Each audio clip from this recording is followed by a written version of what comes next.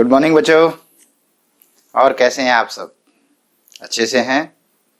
उम्मीद करता हूँ अच्छे से होंगे, स्वस्थ होंगे, मस्त होंगे।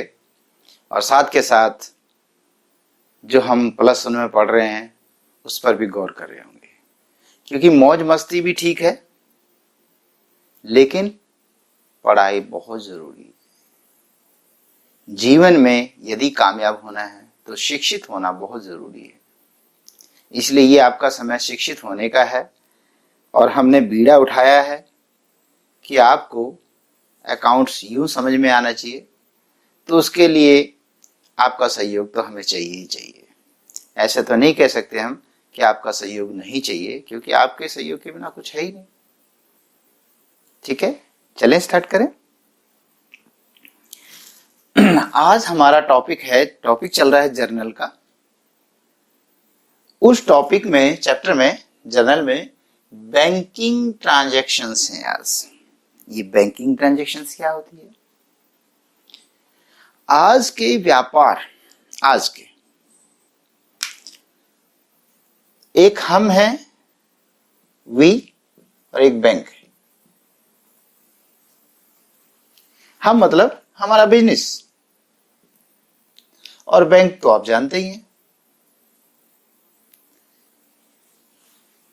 आज के जमाने में बिना बैंक के व्यापार करना काफी कठिन है। असंभव नहीं है, कठिन। आज ज्यादातर बिजनेसेस को बैंक के साथ लेन देन करना ही पड़ता है। कैसा कैसा लेन देन होता है? हम बैंक में पैसा जमा करवाते हैं तो समय समय पर बैंक से पैसा निकलवाते भी हैं। और निकलवाते भी कैसे हैं? खुद के लिए निकलवाते हैं या अपने घर के लिए निकलवाते हैं, फॉर होम, घर के लिए। और भी तरीके हैं। कभी कभी कोई व्यक्ति हमें पैसा चेक देता है, चेक, वो फिर बताऊंगा चेक क्या होता है, या ड्राफ्ट देता है, हम बैंक में जमा करवाते हैं। कभी कभी हम किसी को चेक दे देते हैं कि मेरे पास कैश नहीं पड़ा, आप मेरे बैंक में जाना और वहां ये चेक लगा देना, चेक लगा के आपके पैसे मिल जाएंगे। तो बैंक से भी पैसे निकलते हैं। कभी कभी कोई व्यक्ति डायरेक्ट हमारे खाते में पैसे जमा करवा देता है। हाँ, बहुत सारे तरीके। कभी कभी बैंक हमको कोई ब्याज दे देता है, ब्याज देना। कभी कभी बैंक हमसे ब्याज ले लेता है। तो मतलब क्या निकला कि आज के जमाने में बैंक का बहुत बड़ा रोल है हमारे व्यवसाय में। ठीक है बच्चे? तो अब आज हम बैंकिंग ट्रांजैक्शंस करेंगे कि बैंक के साथ अलग अलग स्थिति में क्या एंट्रीज करेंगे। करें start?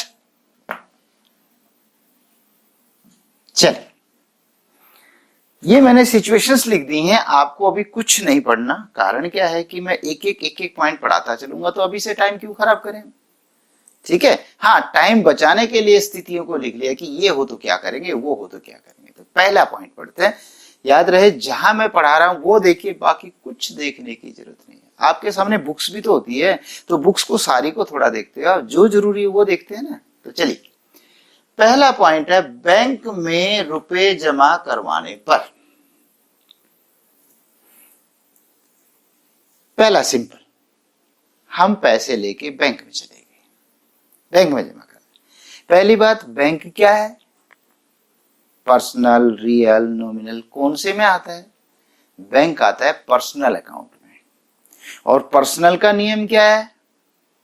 Debit the receiver, credit the giver.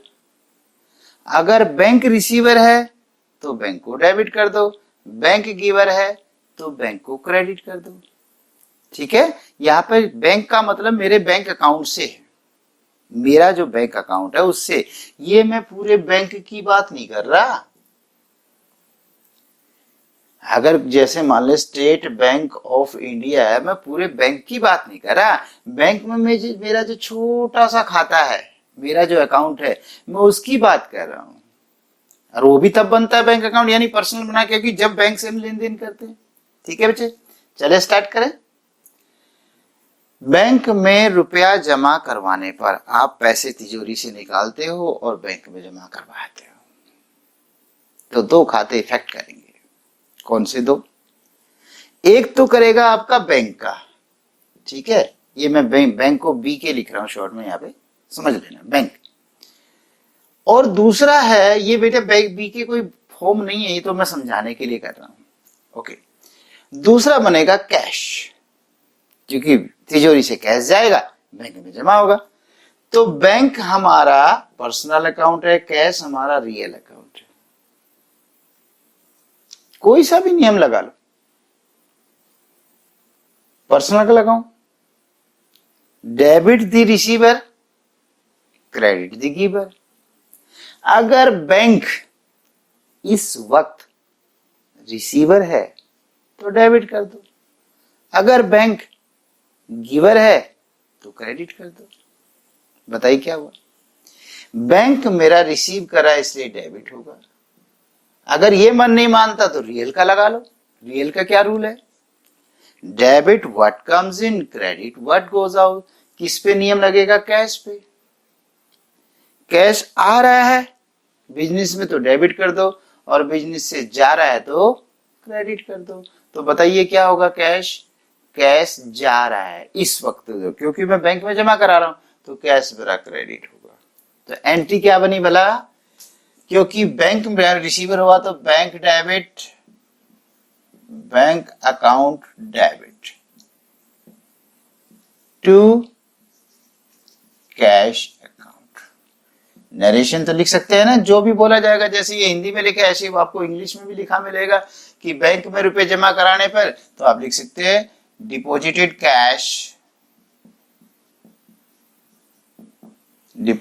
Cash in bank. Bank में रुपए जमा करा दिया, ऐसे नरेशन लिखी जाती है। ओके बच्चे, अब एक थोड़ा सा, चले एक एंट्री और करते फिर करते हैं थोड़ा।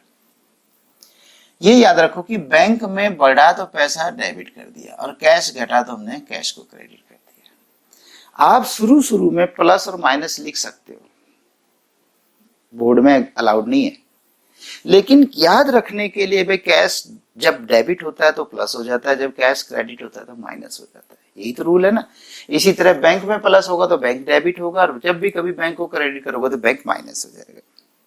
नेक्स्ट, बैंक से रुपया निकलवाने पर, अभी मैं जमा करवाने गया था, पर एक दिन निकलवाने भी तो जाऊंगा जब कभी जरूरत पड़ेगी। तो आज निकलवा रहा हूं, तो निकलवाने का ये देखना पड़ेगा कि मैं इसको कहां के लिए निकलवा रहा हूं। अगर मैं बिजनेस के लिए निकाल रहा हूं, ज्यादातर तो बिजनेस के लिए निकालते हैं, तो देखिए बैंक में पैसा कम हो जाएगा, यानी बैंक गिवर हो जाएगा, और कैश हमारा आ जाएगा, है ना। तो इसका उल्टा नहीं हो जाएगा, cash account debit to bank account. अब की बैंक क्रेडिट होने से कम हो गया, गिवर हो गया, और कैश बढ़ गया है। ठीक है। नेक्स्ट, किसी ग्राहक से यदि चेक, ड्राफ्ट आदि प्राप्त हो तथा उसे उसी दिन बैंक में जमा करवाने के लिए भेज दिया जाए। चेक, एक स्पेलिंग होती है CHECK चेक, एक होती है CHEQUE चेक। ये चेक नहीं है, ये चेक माने जांच करना। ये चेक है CHEQUE चेक। बैंक हमें चेक बुक देता है ना, जिसका बैंक खाता है वो चेक बुक ले लेता है। आजकल तो खैर ATM का जमाना ज्यादा हो गया, लेकिन फिर भी हम चेक को तो नकार तो नहीं सकते, चेक की जरूरत तो पड़ती है। तो चेक बुक क्या काम आती है बच्चे? चेक क्या होता है? यदि मेरी चेक बुक है तो मैंने किसी के पैसे देने हो तो मैं उस पर लिखूंगा, हाँ जी आपका नाम बताइए, कितनी रकम देनी थी। वो उससे नहीं पूछूंगा, वो तो मैं बताऊंगा ना कि मैंने कितने पैसे उसके देने थे। मान लो मैंने 50,000 देने तो 50 लिखूंगा, वो कहेगा सर 55-60 लिख दो ना। क्यों लिख दो भाई, है ना। तो ये मुझे देखना पड़ेगा मुझे कितने पैसे देने, उतने पैसे लिख के और उस पर अपने साइन मार के डेट डाल के और चेक दे दूंगा। लो जी चेक ले लो। ठीक है बेटे। तो ये चेक होता है। ओके, और चेक के बारे में एक लाइन और बताऊं, जो चेक होता है, इस चेक पे कभी कभी ना यहां पर 2 लाइन लगा देते हैं, ऐसे तेती, इसको बोलते हैं क्रॉस करना। क्या कहते हैं इसको? क्रॉस करना। और बीच में कभी कभी लिख देते हैं अकाउंट पेई, ये अंदर लिखा जाता है, इसके अंदर अकाउंट पेई अंदर। चाहे ना भी लिखो, 2 लाइन लगा दो एंड कुछ भी लिख दीजिए, मतलब 2 लाइन मेन होती हैं, वो भी बीच में नहीं लगाने, इस लेफ्ट साइड में ऊपर कॉर्नर। अगर ऐसा लगा देते हैं और मैंने राम सिंह के नाम से चेक काटा हुआ है और 10,000 का या 1,00,000 का काटा हुआ है, साइन तो खैर करूंगा ही, तो ये चेक राम सिंह अगर सबूत दे दे बैंक में कि ये लो जी मेरा आधार कार्ड और मेरा राम सिंह और दो मुझे 1,00,000, बैंक तब भी उसे 1,00,000 हाथ में नहीं देगा, उसके हाथ में नहीं देगा। बैंक कहेगा आप घर जाइए, हम आपके अकाउंट में पैसा जमा कर देंगे चेक करने के बाद कि कहीं हमारे खाते में, रावत सर के खाते में 1,00,000 रुपए पड़े भी हैं कि नहीं, कहीं ऐसा तो नहीं है पैसे ही ना और चेक दे दिए। तो वो चेक करके और आपके खाते में डाल देंगे, फिर आप अपने खाते से निकाल लेना। क्रॉस करने से कभी भी कैश हाथ में नहीं दिया जाता। लेकिन यदि क्रॉस नहीं किया हुआ एंड ये अकाउंट पे वगैरह नहीं लिखा, सिंपल लिखा राम सिंह, तो राम सिंह वहां पर अपना प्रूफ दिखाकर भी पैसे ले सकता है। ठीक है, तो ज्यादातर लोग क्या करते हैं, जब बड़ी बड़ी पेमेंट्स करते हैं किसी को, तो वो मोस्टली क्रॉस करके करते हैं चेक को। ठीक है बच्चे, क्रॉस करके। अच्छा जी, तो अब आ गए, यदि किसी ग्राहक से चेक मिले, चेक मैंने बता दिया चेक बुक इश्यू करती है। अच्छा, चेक बुक में पेजेस होते हैं, ठीक है ना, और एक चेक को हम फाड़ते हैं और उस पे लिख के दे देते हैं। बल्कि हम क्या करते हैं, थोड़ा सा नोट करने के लिए किसको दिया था, चेक बुक में शुरू में एक आधा पेज और बना होता है जिसमें डिटेल रखने के लिए कि मैंने कितने रुपए का चेक, कितनी तारीख को चेक, किसको चेक दिया, वो सारा लिख लेते हैं। ऐसा चाहे लिखो चाहे ना लिखो, आपने चेक दे दिया तो समझ लीजिए आपने तो अपनी तरफ से पेमेंट कर दी। इसी तरह से अभी फिलहाल तो हमारा चल रहा है चेक, और दूसरी बात है ड्राफ्ट। ये ड्राफ्ट देखिए बेटा, जब नौकरी के लिए फॉर्म भरते हैं, ठीक है, अब अगर नौकरी के लिए फॉर्म भरते हैं तो वो फीस भी मांगते हैं, क्योंकि एग्जाम लेने के लिए और कुछ वो इन्विजिलेटर लगाएंगे और बहुत सारे सिस्टम करेंगे, पेपर प्रिंट करवाएंगे, चेकिंग करवाएंगे, तो काफी खर्चा आता है। तो क्या करते हैं वो क्या कहते हैं, आपसे कुछ फीस लेते हैं। हाँ, बेरोजगारों से भी फीस लेते हैं, कई जगह 300, कई 500, कई 1000, कई इस तरह से चलता है। तो क्या होता है बच्चे, अगर आप वहां चेक भेज दो, कैश तो भेज ही नहीं सकते, अगर कैश उसमें डाल के लिफाफे में भेजोगे तो क्या पता वहां जो पीएन है वही सबसे पहले निकाल ले, पीएन तो छोड़ो, क्या पता डाकिया ही निकाल ले, है ना, कोई भी निकाल सकता है कैश को। तो क्या करते हैं हम, अगर चेक दे तो चेक में एक प्रॉब्लम होती है कि चेक कभी कभी ऐसा भी हो जाता है, चेक कैंसिल हो जाता है, डिसऑनर बोलते हैं। वो किस लिए हो जाता है कि बाय दी वे चेक में मैंने तो चेक दे दिया और मेरे अकाउंट में तब तक पैसे खत्म हो जाए, क्योंकि जब तक वहां पहुंचेगा वो पैसे निकलवाएंगे, क्या पता मुझे जरूरत पड़ेगी, मैं निकाल दिए। तो ऐसी जगह पे चेक नहीं चलता। वो कहते हैं हमें तो ऐसा सबूत दो कि वो पैसा पक्का ही हमारे को मिले, चेक में तो कभी कभी ना भी मिले, ऐसा भी हो सकता है। तो वो क्या करते हैं, वो कहते हैं जी आप ड्राफ्ट कटवाओ। ये ड्राफ्ट क्या होता है, हम बैंक में जाते हैं, बैंक से कहते हैं ये लो मेरे पैसे, या तो कैश दे देंगे या चेक दे देंगे हम बैंक को, और बैंक को कहेंगे कि प्लीज एक ड्राफ्ट बना दीजिए। बैंक खुद बनाएगा ड्राफ्ट, पैसे मैं दूंगा। किसके नाम से बनाना है जी, मुझे जॉब के लिए अप्लाई करना है तो आप यूनियन पब्लिक सर्विस कमीशन के नाम से बना दीजिए। अच्छा भाई ठीक है, कितने का बनाना है, 500 रुपए का। ओके, 500 में कमीशन भी दे दो हमें, क्योंकि हम आपका काम करें तो थोड़ा बहुत कमीशन तो लेंगे बैंक, 10, 20, 50 जो भी होगा समय के अनुसार वो बैंक को हम कमीशन देंगे। तो बैंक मेरा 500 का एक ड्राफ्ट बनाएगा, बैंक ये लिख के देता है कि ये ड्राफ्ट है, और ड्राफ्ट के अंदर एक राशि जितनी है, अब बैंक उतनी राशि अलग रख लेता है। अब आप कहो ना कि ये पैसे मुझे दे दो, बैंक नहीं देगा आपको, क्योंकि ये ड्राफ्ट कट गया तो ड्राफ्ट वाले को ही देगा। ठीक है, तो वो ड्राफ्ट वहां जाएगा, और चाहे वो जब तक भी पैसा ना निकाले तब तक वो पैसा बैंक में पड़ा रहेगा। तो ड्राफ्ट की ये खास बात होती है। आपके लिए फिलहाल यहाँ पे कोई खास बात नहीं है, चाहे चेक हो चाहे ड्राफ्ट हो। फिलहाल हम दे नहीं रहे, फिलहाल हम ले रहे हैं। किसी ग्राहक से यदि चेक या ड्राफ्ट आदि प्राप्त हो, कोई मेरा ग्राहक है, मैंने कहा भाई साहब पैसे दे दो, उसने कहा चेक दे दूं, मैंने कहा चेक दे दो, ड्राफ्ट दे दूं, ड्राफ्ट दे दो, कुछ भी दे दो। तो वो मेरे पास आया तथा उसे उसी दिन बैंक में जमा करवाने के लिए भेज दिया जाए। मान लीजिए आज बुधवार है, ठीक है, और आज मेरे पास चेक आया और चेक भी आया 12 बजे, ठीक है। मैंने अपने आदमी को कहा कि भाई जो मेरा अकाउंटेंट है, भाई ऐसा कर फटाफट इस चेक को बैंक में ले जा, जो मेरे पास अभी चेक आया दिया। तो देखिए वो चेक, अगर मैं किसी का नाम राम सिंह रखूं, ठीक है, कि राम सिंह से मुझे चेक मिला, ओके, और वो चेक मैंने बैंक में जमा करवा दिया, तो दो खाते कौन से बनेंगे? एक तो राम सिंह का। इस वक्त राम सिंह रिसीवर है कि गिवर है? बताओ। राम सिंह अपनी पेमेंट कर रहा है मुझे चेक देके, तो राम सिंह गिवर हुआ। तो मैं राम सिंह को करूंगा क्रेडिट टू राम सिंह, ठीक है, राम सिंह को क्रेडिट करूंगा। मान लीजिए 10,000 का चेक दिया है तो मैं 10,000 से क्रेडिट कर दूंगा। और वो चेक मेरे पास आया, मानता हूं, और मैंने उसी समय अकाउंटेंट के हाथ भेज दिया और बैंक में वो जमा हो गया।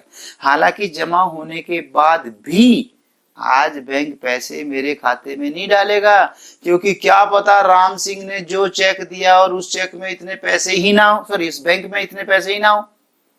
और राम सिंह पता भी तो नहीं है कहाँ का है, वो कोलकाता का है, मुंबई का है, या मेरे लोकल शहर का है। इसलिए बैंक कह देगा रख दो जी, यहाँ डाल दीजिए एक बॉक्स में। तो इस तरीके से फिलहाल मैं तो मान लूंगा राम सिंह ने दे दिया, एक बार तो मानना ही पड़ेगा बेटा जब दे दिया। और बैंक को मैं अपनी बुक्स में एंट्री कर रहा हूं, तो बैंकिंग ट्रांजेक्शंस है या रिकॉर्डिंग ऑफ बैंकिंग ट्रांजेक्शंस लिख लीजिए, recording of banking transactions in our books. ये मैं अपनी किताबों में एंट्री कर रहा हूं। बैंक क्या करेगा मैं यहां नहीं सिखा रहा भाई, हर चीज को दोनों करते हैं। जब राम सिंह मुझे चेक देगा तो मैं भी एंट्री करूंगा, राम सिंह अपने घर पे ही करेगा। जब मैं बैंक में भेजूंगा तो मैं भी एंट्री करूंगा और बैंक भी करेगा। मैं बैंक की एंट्री नहीं सिखा रहा, मैं तो अपने एंगल से सी बात कर रहा हूं। तो राम सिंह मेरे लिए गिवर है ना, राम सिंह गिवर। और क्योंकि वो चेक कहां चला गया? बैंक में। अब बैंक आज ही पैसे जमा कर देगा? नहीं, फिर भी मैं मान के चलूंगा यार जब दे दिया तो 2-3 दिन में हो ही जाएगा जमा, जब बुरा होगा तब देखेंगे, फिलहाल तो मान के चलते हैं कि जमा हो जाएगा। तो इसलिए बैंक रिसीवर हुआ तो बैंक को करेंगे हम डेबिट, बैंक अकाउंट डेबिट 10,000। बोलिए बच्चों, ठीक है। नेक्स्ट, उपरोक्त 3 में वर्णित, ये 3 नंबर में वर्णित, ये 3 मतलब ये 3 नंबर पे वर्णित को उसी दिन बैंक में ना भेजा जाए, को यदि उसी दिन बैंक में ना भेजा जाए।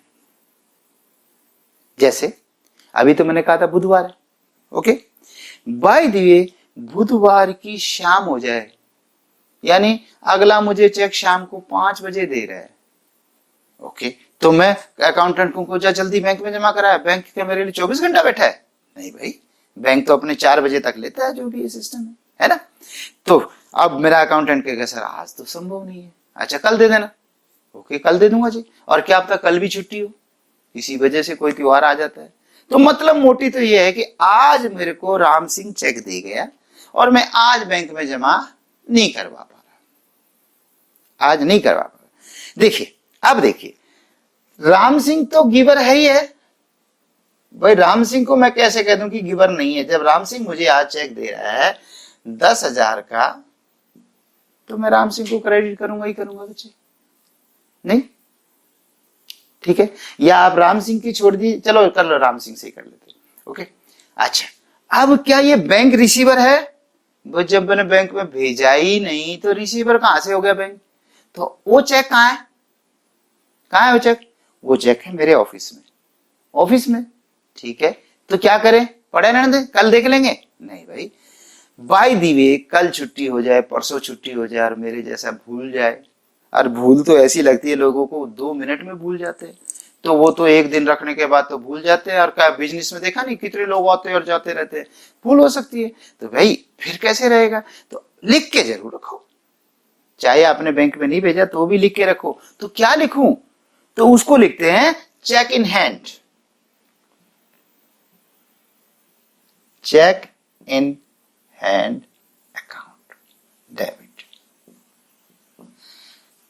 भाई राम तो गिवर होगा ही होगा, ये तो मानते हो ना। तो चेक इन हैंड डेबिट होगा, बैंक अकाउंट डेबिट नहीं होगा। आज चेक इन हैंड डेबिट होगा 10,000 रुपये।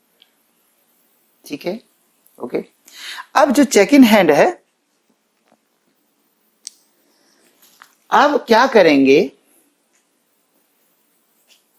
उपरोक्त 4 में वर्णित को जिस दिन बैंक में जमा करवाने के लिए भेजा जाए, या तो कल भेज दोगे, या 2 दिन की छुट्टी है तो 2 दिन बाद भेजोगे।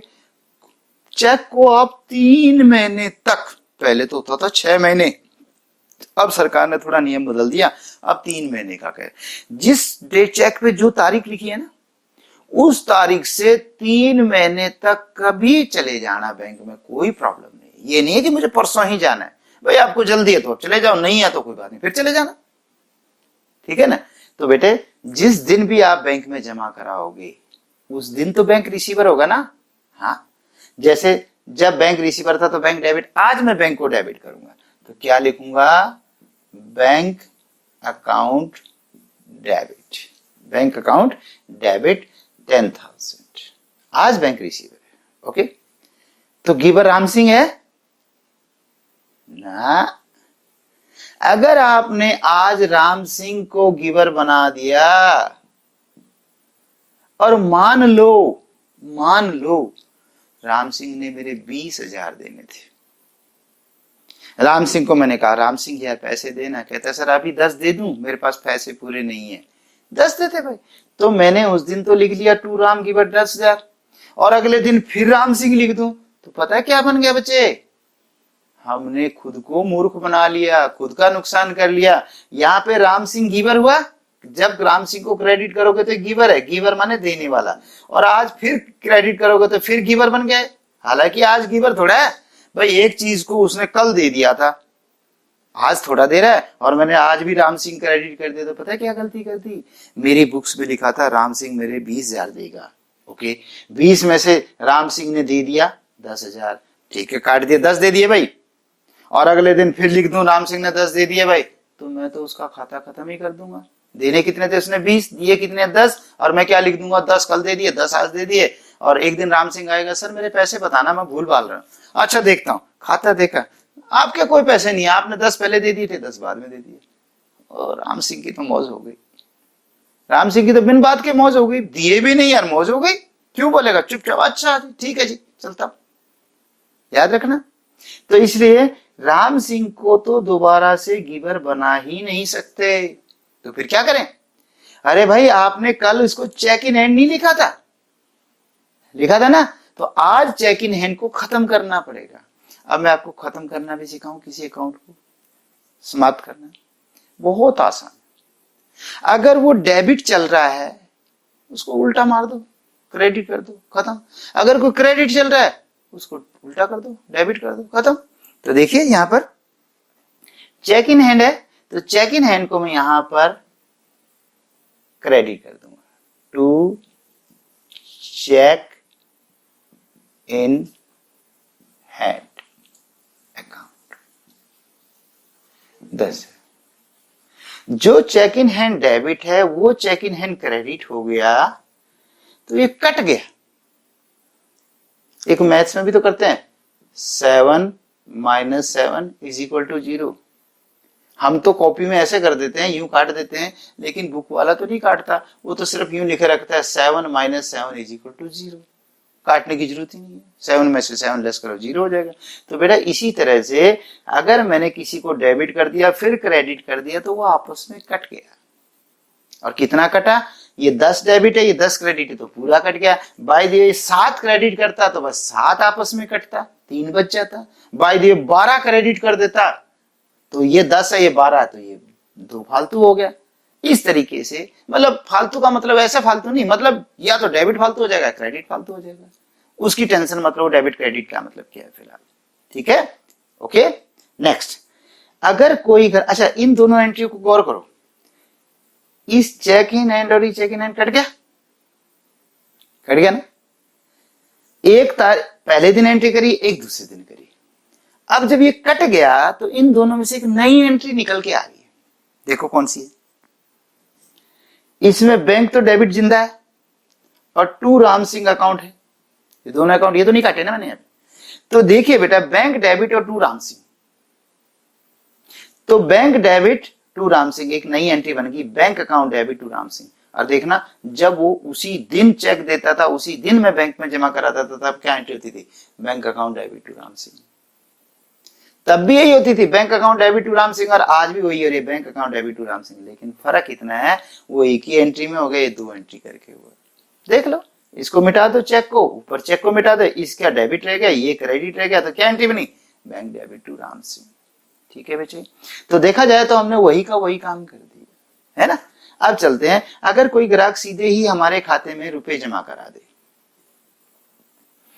मैंने फोन किया, अरे भाई साहब श्याम सिंह जी, हाँ जी, अरे भाई पैसे दो यार, मेरे बैंक में पैसे कम है, मैंने किसी की पेमेंट करनी थी, मैंने चेक दिया हुआ है और वो कल चेक लगाएगा और मेरे खाते में नहीं होंगे तो मुझे दिक्कत हो जाएगी, प्लीज यार मेरे पैसे दे दो। अच्छा सर ऐसा करो, टेंशन मत लेना, मैं आज शाम तक आपके खाते में पैसे जमा करा दूंगा। कैसे, जैसे वो नहीं होता डाक डालने का एक लेटर बॉक्स होता है, लेटर बॉक्स में कोई भी व्यक्ति डाक डाल सकता है, चिट्ठी डाल सकता है ना, लेकिन निकालने का अधिकार केवल डाकिया को है। उसपे जो लॉक लगा होता है, लॉक खोलने का अधिकार उसी को है। इसी तरह बैंक में जो मेरा अकाउंट है, यदि मेरे नाम का राउत नाम का अकाउंट है, तो कोई भी आदमी मेरे अकाउंट में जमा करवा सकता है पैसे, लेकिन निकलवा नहीं सकता। निकलवाने का अधिकार मुझे, उसकी चाबी मेरे पास है। जमा करने को आप भी करवा दो, करवा सकते हो, निकलवा नहीं सकते, निकलवाने की चाबी मेरे पास है, जमा करने की किसी के पास भी है। तो यहां पर कोई मेरे खाते में जमा करा दे और मुझे फोन करेगा, क्योंकि ऐसे तो मुझे पता नहीं चलेगा, हाँ सर वो आपको जो मैंने कहा था ना पैसे, मैं आपके पैसे बैंक में जमा करवा चुका हूं, क्योंकि हो सकता है वो बैंक उसके घर के नजदीक हो, मुझे यहां से दूर जाना पड़ता। तो बेटे अब देखिए, रिसीवर कौन हुआ, बैंक, तो बैंक को करेंगे डेबिट। अब थोड़ा स्पीड ले लें बेटे,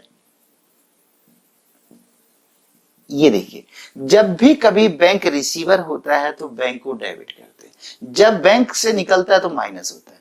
तो ये आप धीरे धीरे इसको याद भी कर सकते हो कि बैंक यदि रिसीव करता है, यानी बैंक में पैसा बढ़ता है, यानी बैंक मतलब बैंक नहीं, इस बैंक में जो मेरा खाता है, मैं पूरे बैंक की बात नहीं कर रहा, उसमें मेरे खाते, यार पूरे बैंक का मुझे क्या करना है, दुनिया करोड़ों रुपए जमा करा रही है, बैंक मुझे देता तो नहीं करोड़ों रुपए। बैंक कहता है सर आपके खाते में तो 5,000 रुपए पड़े, ये 5,000 पकड़ लो।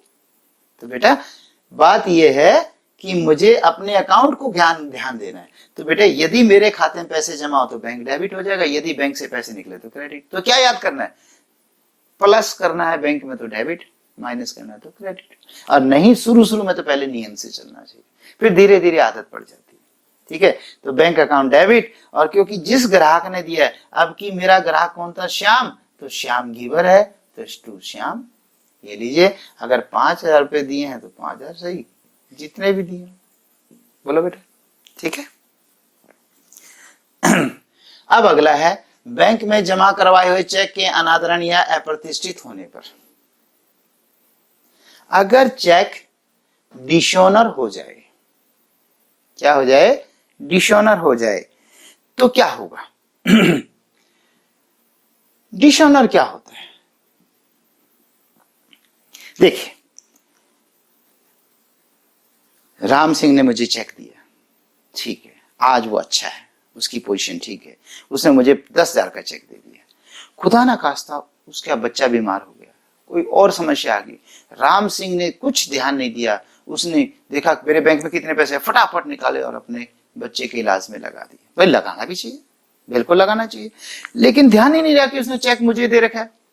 अब जैसे क्या हुआ कि मैं चेक बैंक में जमा कराया, तो करवाया तो मैंने तो एंट्री कर दी bank debit to Ram Singh, या तो उसी दिन हो गई, या चेक इन हैंड और राम सिंह और इस तरह से होगी, या डायरेक्ट उसने जमा करा देता है। यानी कुल मिला के तीनों एंट्री में देखो bank debit, bank debit, bank debit, यानी बैंक को मैंने जमा कर दी। किसने करा जमा? बैंक को, मतलब डेबिट किसने किया? मैंने डेबिट कर दिया। ठीक है, बैंक में पैसे जमा हो गए तो मैंने बैंक को डेबिट कर दिया। वैसे इसको ना डेबिट को नाम बोलते हैं और क्रेडिट को जमा बोलते हैं, लेकिन शायद आप कंफ्यूज ज्यादा हो जाएंगे। ठीक है, इससे काम चला लीजिए कि मैंने जब बैंक में पैसे जमा करा तो बैंक मेरा डेबिट हो गया। ठीक है, पैसे जमा हो चुके थे क्या? नहीं। क्या हुआ था? सिर्फ चेक हुआ था। तो आपने क्यों डेबिट किया? मैंने कहा हो ही जाएगा। 95% भी कहूं तो गलत नहीं, वो 95% चेक अगर किसी ने दिया है तो वो पैसे जमा हो जाते। लेकिन भाई मैंने 95 बोला, 100 तो नहीं कह रहा। तो कभी कभी चेक ऐसा भी तो होता है, बैंक जिस दिन पैसे मेरे खाते में जमा करेगा। पहले एक लाइन पूछता हूं आपसे, राम सिंह ने मुझे चेक दिया, ओके, 10,000 का चेक दिया। पहले बैंक मेरे खाते में 10,000 जोड़ देगा, फिर राम के खाते में घटाएगा, पहले राम के खाते में माइनस होंगे, फिर मेरे खाते में जमा होंगे।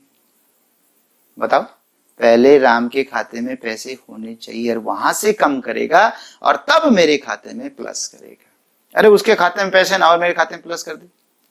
हालांकि मैं तो कर चुका बैंक को प्लस पहले ही कि बैंक में पैसे चले गए, मैं तो मान के चला हूं आ गए, लेकिन बैंक मुझे सूचित करता है सर उस चेक में दम नहीं है, पैसे नहीं है इतने। ये चेक डिसऑनर कब होता है? जब जितने का चेक है और उतने पैसे उस अकाउंट में ना हो। तो बैंक ये नहीं करता कि 10,000 का चेक है जी, उसके खाते में तो 9,000 रुपए पड़े हैं, चलो मैं आपको 9 दे देता हूं ना। बैंक कहता है या तो पूरे दूंगा या नहीं दूंगा, दोनों में से एक काम करूंगा। तो डिसऑनर इसको कहते हैं बेटे। ठीक है, क्या कहते हैं इसको? डिसऑनर होना, जब चेक डिसऑनर हो जाए, मतलब बैंक पैसे देने से मना करते हैं। ओके, अच्छा अब दूसरी बात, ये डिसऑनर और कैसे होता है? इसका मतलब कि क्या उसके खाते में पैसे ना हो तभी? नहीं, और भी बहुत सारे कारण है, मैं एक ही कारण नहीं कर रहा। मेन कारण तो ये, कभी कभी अगले के सिग्नेचर नहीं मिलते, कई बार जल्दी में साइन नहीं कर देते तो तिरछा हो जाता है। तो बैंक को डाउट होता है कहीं ऐसा तो नहीं है कोई इसके नकली साइन करने की कोशिश करे। कभी कभी ना उसकी डेट चली जाती है, 3 महीने की डेट बताई ना मैंने बैंक में वो रखा और घर में कहीं रख के भूल गया, और फिर कई दिनों के बाद याद आया, देखा तो 3 महीने चले गए, फिर भी मैं गलती से जमा कराया और बैंक ने कहा जी तो डेट सीधे 3 महीने अनवैलिड होता है। तो कोई भी कारण हो सकता है। कभी कभी ऐसे होते हैं कि हम खाना खा रहे हैं, खाना खाते खाते वो चेक हमने इस हाथ में ले लिया, उसमें हल्दी लग गई, कुछ और लग गया, इंक लग गई, पेन भी है, कुछ भी समझ लीजिए थोड़ा सा खराब हो गया है, तो बैंक मना कर सकते हैं। कभी कभी बैंक को ना अंकों और शब्दों में चेक में दोनों में लिखा होता है बेटे। हाँ, क्योंकि बैंक कहता है कहीं ऐसा तो नहीं गलती से कर ली। अब मान लीजिए यहाँ 10,000 लिखा है और ये होता है 10,000, चाहे इंग्लिश में लिखो चाहे हिंदी में लिखो, 10,000 तो लिखोगे ना। तो कभी कभी गलती से कोई आदमी यूं कर दे, गलती के जानबूझकर कर दे, तो ये तो 70,000 हो गए। लेकिन जब दोनों में लिखा, अब इसको 70 करने के लिए तो मुझे 10 को काट के 70,000 लिखना पड़ेगा, ऐसे करके करना पड़ेगा। तो बैंक पकड़ लेगा, बैंक कटिंग नहीं मानता। हाँ, इसीलिए बैंक दोनों में अंकों में और शब्दों में लिखवाता है कि कहीं गड़बड़ होगी तो दोनों में पहचाना जाए। दोनों में वास्तव में अगर गलत है तो भी बैंक पैसे नहीं देता, दोनों में बिल्कुल सही होना चाहिए। तो कई कारण है चेक के डिसऑनर हो गए। चलिए, अगर चेक डिसऑनर हो जाता है, हाँ, मैं थोड़ा समय देख रहा हूं, मुझे लग रहा है लेक्चर बड़ा हो गया है, लेकिन शायद करवा देना चाहिए या इसको अलग लेक्चर बना दूं। ठीक है बच्चे, मुझे लगता है कि काफी बड़ा हो जाएगा आपके लिए। चलिए, इसी को मैं अगला लेक्चर बना के देता हूं। ठीक है, यहां पर इतना ही बहुत आपके लिए। Bye bye.